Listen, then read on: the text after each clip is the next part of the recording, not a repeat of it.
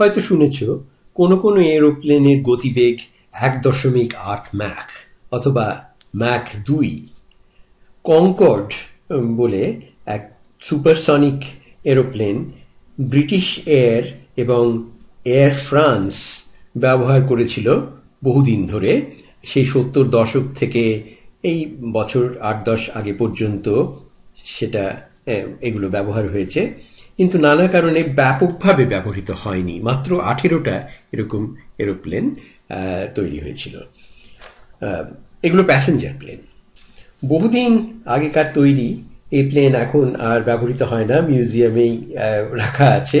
তবে ভবিষ্যতে hypersonic plane, যা অন্তত 5 ম্যাক বেগে প্যাসেঞ্জারদের এক মহাদেশ থেকে আরেক মহাদেশে অল্প সময়ের মধ্যে নিয়ে যাবে, সেটা আশা করা যেতে পারে।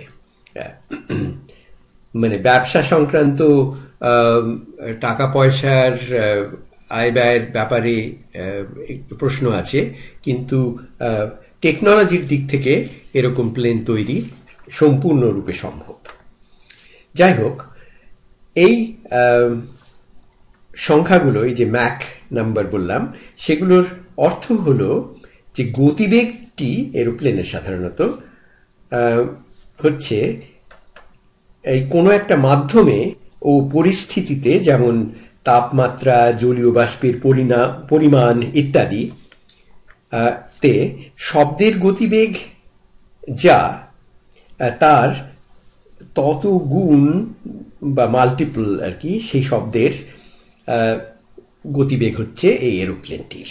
যদিও এই গুণিতক বা মাল্টিপলটি 1-এর থেকে কমও হতে পারে, যেমন 0.8 ম্যাক বেগে কেউ গাড়ি চালিয়েছে, মানে ওই খুব বেশি তাড়াতাড়ি যে সমস্ত মানে স্পোর্টস কার চলে, তারা ওরকম গতিবেগ পর্যন্ত পৌঁছতে পারে। ম্যাক 2 এর অর্থ এরোপ্লেনটি ওই অবস্থায় শব্দের গতিবেগের দ্বিগুণ বেগে উঠছে। সমুদ্র সমতলে মানে সি লেভেলে 20 ডিগ্রি তাপমাত্রায় শব্দের গতি 340 মিটার পার সেকেন্ড অথবা ঘন্টায় 760 মাইল।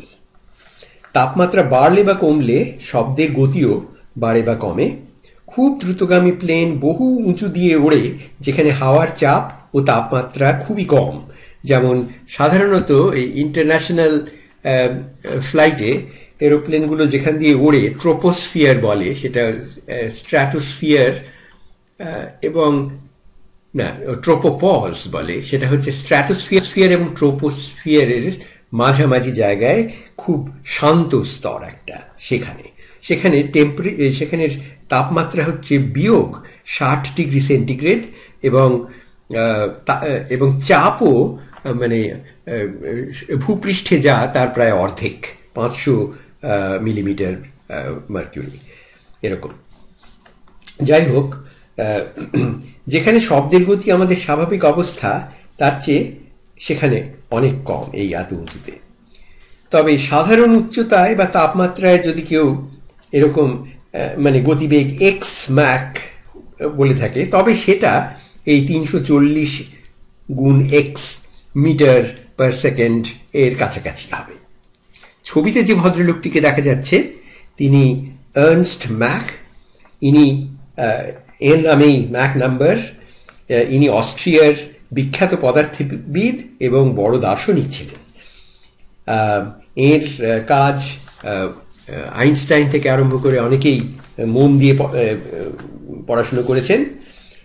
ইনি শকওয়েভ ইত্যাদি নিয়ে বহু কাজ করেছিলেন বলেই এই সম্মানটি পেয়েছেন।